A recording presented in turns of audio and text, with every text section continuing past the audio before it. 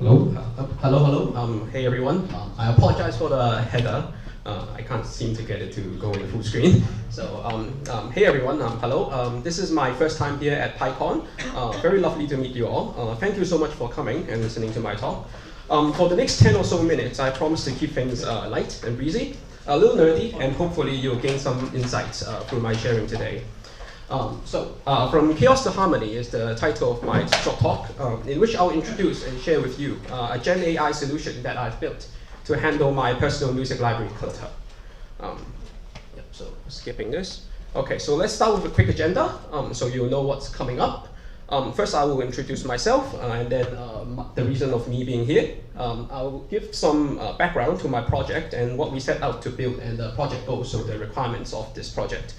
I'll then go through how the system works, step by step, and then some Python implementation highlights, including code, workflow, and some of the design architecture.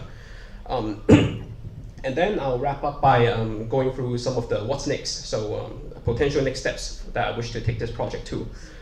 Fair warning, this isn't a technical deep dive. It's just a sharing of a personal project and a journey that I did during my off hours. So if you get an idea or an insight that you take home to your next project, I call it a win. Okay, so who am I? Hello, I'm Matthew. Yes, that image is AI generated. I'm currently working as an AI specialist at Hong Kong Economic Times, HKET for short. So basically applied AI in the commercial world. I mostly work with GenAI models and look for areas of business where the AI could help optimize and bring value and help implement the solutions. So I'm also a developer in that regard. Before that, I was an AI programmer for a research lab at Hong Kong UMed, where my work was more focused on the medical side of AI and also deep learning. By training, I studied biomedical engineering at the University of Sydney, and I majored in IT, so you will understand why I went into my first job. Most of my work now is done on the cloud and of course in Python, hence why I'm here in PyCon. And I'm sure you're more than familiar with the test stack listed here, so I will skip that. So, moving on to some of the project context, basically why I am here. So as you can see in this Venn diagram, there are three fields in my life that actually somehow intersected. It's actually a pretty interesting collision of my personal and work life. In the personal regard, I'm an audiophile, which basically means I spend an unhealthy amount of money on headphones and music. I like my music. Professional necessity, I actually just switched to my current job early this year. And then there was a need to understand clean architecture, which is a coding paradigm that I'll go through. And also the LangGraph and GenAI libraries. And another field is continuous learning, because in tech, I don't want to get replaced by AI. And and as I mentioned, my last job was more deep learning focused. And to be honest, I wasn't too familiar with the generative side of AI. So it was a great excuse to get hands-on experience and to test things out hands-on. And special thanks to one of the organizers, Alex, which is my colleague, for inviting me to submit a proposal for the conference, and hence why I'm here. So the background of the project, so like many music lovers, I download music from all sorts of places, right? So sometimes even from other people who just are willing to share the files to me. And sometimes from random corners of the internet. And with that, it comes with a very messy naming convention, as you can see. Some of the files are named with like the artist name, dash with the album name. Sometimes they use underscore. Sometimes they use these weird brackets, which with the file extension, etc., which is just not easy on the eye, right? Naturally, so given that this messy nature, as you can see in the example, and you multiply it across like thousands and thousands of albums, you get chaos. And if you're a bit OCD like me, this is a real issue, right? This is a real issue in my life that I need solving. So the goals of this project that I set out to fulfill when starting out this project is to design and code an automated file cleaning system that will first be clean and that will actually clean and standardize my file naming according to official song listing, and to make use of the LangGraph library and an RAG workflow. It also must integrate well with at least 2 types of LLM models. So I need to make extensions and call the LLM endpoints on those regard. And then the code repository must adhere to clean architecture principles, which is one of the core requirements as well. So, first of all, the main mechanism at play, the RAG component, Retrieval-Augmented Generation. basically providing LLM models with grounded or additional information such that the generated results are more relevant and reliable. As I'm sure most of you may have heard this before, I will simply put this into context for this project and share how RAG is applied. The information being retrieved is actually the official song list, the source being from the Spotify API for developers, which is actually a very excellent source of clean data. They have excellent documentation and are really quite easy and quite generous with the information that they share, whilst being very easy to use. Just sign up for a free account and then you will have access to the music metadata library, right? Using that data, we provide the grounded information to the LLM models for the augmented generation for it to accurately map the messy song list to the retrieved clean list. With this information, we can also include numbered prefix to the song list, which provides ordering according to the actual song listing. Generation is where the above comes together, and the model generates a clean, very good-looking set of names in accordance to my formatting needs to replace my original messy ones. Okay, now building on the main RAG component, we can zoom out and take a look at the entire system as a whole. Now, you may understand each of the clear clip arts here as a node in my LangGraph workflow, which basically, according to formal definition, are individual units of computation within an AI workflow, represented as Python functions, either synchronous or asynchronous, that take in the current state of the graph and return an updated state. I simply treat them as decision makers here. Right? So basically, any place where logic of my workflow change or an action takes place. The state being kept includes the original and clean song lists and some helper variables to dictate the steps in which the workflow goes through, and also the original mapping for the name conversion, right? So, first of all, as you can see, the messy file directory is there, and then this is what I want, right? First of all the messy file directory is digested by an LLM, where the prompt instructs it to extract key information from the original naming. And these extracted fields are then put into the API payload, which is sent to the Spotify API. So some of the key information that Spotify needs to return like relevant information is artist name, the original name, and sometimes the language, and maybe the year the album is built in, right? Then the above information is attached as the payload, and hopefully Spotify returns the correct and relevant data for me to use. And then once the song list comes back and the return material is thrown into another LLM model, where it is instructed to match in pairs the messy and new names of each song on top of cleaning the album name. After that, there's a quality checking phase, which is actually more important than I originally realized. Is where its job is to provide feedback and check if the generated results make sense. Sometimes the song names misalign, and that would be very bad, right? This step kind of serves as the guardrail of my workflow. If it passes, great. If it doesn't, it will provide constructive feedback for the first two steps, such that it could retry and hope to learn from past mistakes. So these are just some of the examples that the quality checker would give as a feedback loop back to the first step. So sometimes maybe they got like the album wrong. Sometimes it's the remastered version instead of the original version. So this loop is currently limited to 2 retries, and if it still fails QC after 2 tries, it will resort to naive cleaning, where it's just formatting, so no grounded information, and we probably won't be able to get the actual song listing in that case. Okay, so moving on into a bit more detail, let me highlight a couple of technical aspects that I found interesting when building this project. LangGraph and Pydantic, as you may have heard from the talk before me by Mark, are both very invaluable libraries in this project and work rather seamlessly together in my case.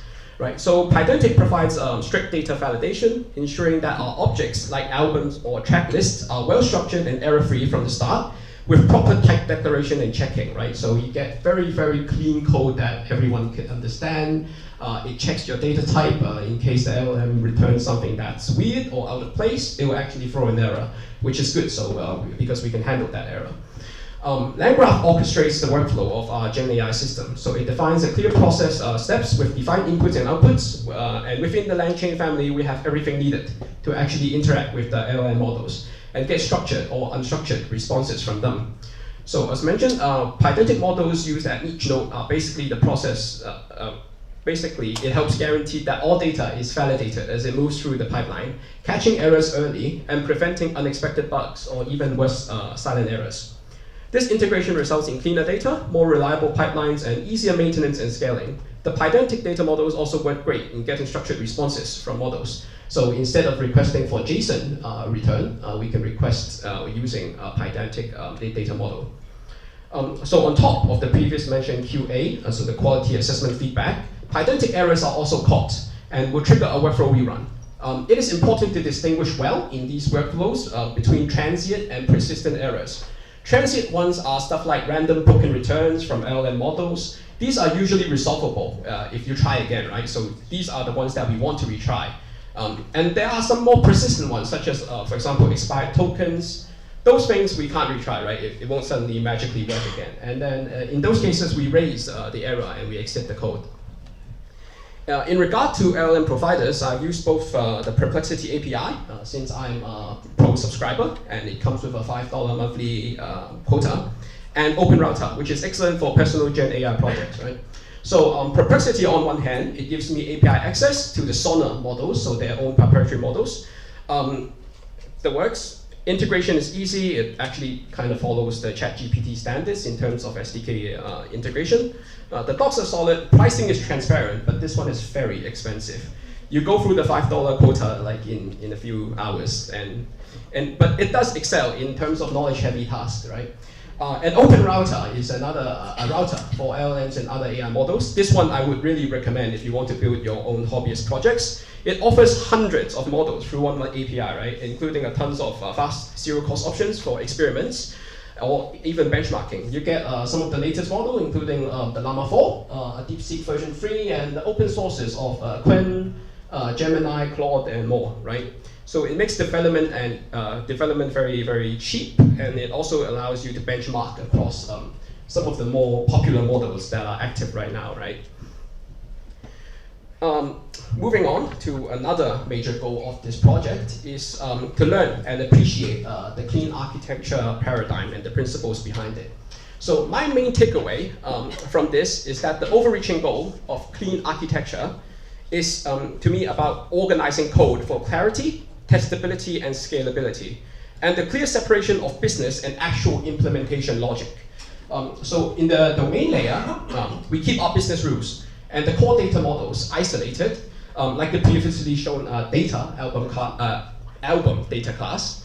The application layer then coordinates the logic and tasks, so this is where the business logic resides, while the infrastructure layer, it handles all the integration needed for external services. So calling the Spotify API, inferencing the LLM models for response, those all happen in the integration layer, right? Presentation layer is the interaction with the actual consumer. So in my case, it is a command line tool. So I input the commands, the program runs. In other projects, sometimes it's an API, REST API. Sometimes it might even be like a user interface, right? This layered approach means you can easily swap out the actual implementations, given that your application layer is solid, right? So I could easily swap out Spotify API for any other source of music library in terms of metadata retrieval.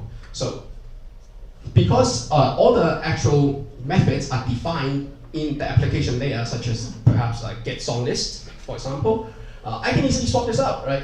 If I want to go for something else, I could. LLM models as well, since there are so many LLM providers out there, this is actually one of the more important aspects, I believe, because I could easily swap from, let's say, GPT to Gemini, just from changing this class inside the infrastructure layer. The bottom line is, by adhering to clean architecture, our project stays maintainable, readable, and flexible as it grows. And interesting finding that I had when building with clean architecture is how much safer and easier it is to actually vibe code. I'm a huge fan of Copilot. But sometimes there's a stigma behind vibe coding, the idea that you can just code by instinct or flow and let AI handle everything, which could look messy, right, or risky. But here's what I think. When you invest in clean architecture and design robust domain and application layers, your business logic becomes crystal clear. The solid foundation actually makes vibe coding not just possible, but reliable. You can delegate repetitive boilerplate tasks to coding assistants and keep implementation details static and well documented, and really speed up your development time. The well-documented stuff is actually where AI coding assistant excels in, whereas the business logic is only known by the project owner, so basically the developer yourself. With clean architecture, the pressure shifts from figuring out how to build it to what to build instead, and making high-quality creative coding even more accessible and enjoyable. So, to conclude, I touched on IAG-powered workflows, clean architecture, and Python-based project that basically transformed my music library into a cleaner version of my music library. I personally thoroughly enjoyed doing this project and sharing it all, with you all today. I will certainly look to blend my personal interests with professional ones when looking into future project ideas. These are some of the next steps that I think I might take. So sometimes the images are corrupt or it's just not that visually appealing. We can use GenAI to actually generate images for a better representation of the album, right? And some of the other things I won't go through because I'm a bit short on time. Thank you very much for listening, and if you want to connect or learn more, please find me on GitHub or LinkedIn, and or by scanning this QR code, or if you have music files that you want to share with me, even better, right? Yes, good high quality files are rare to come by here. Yes, so thank you very much.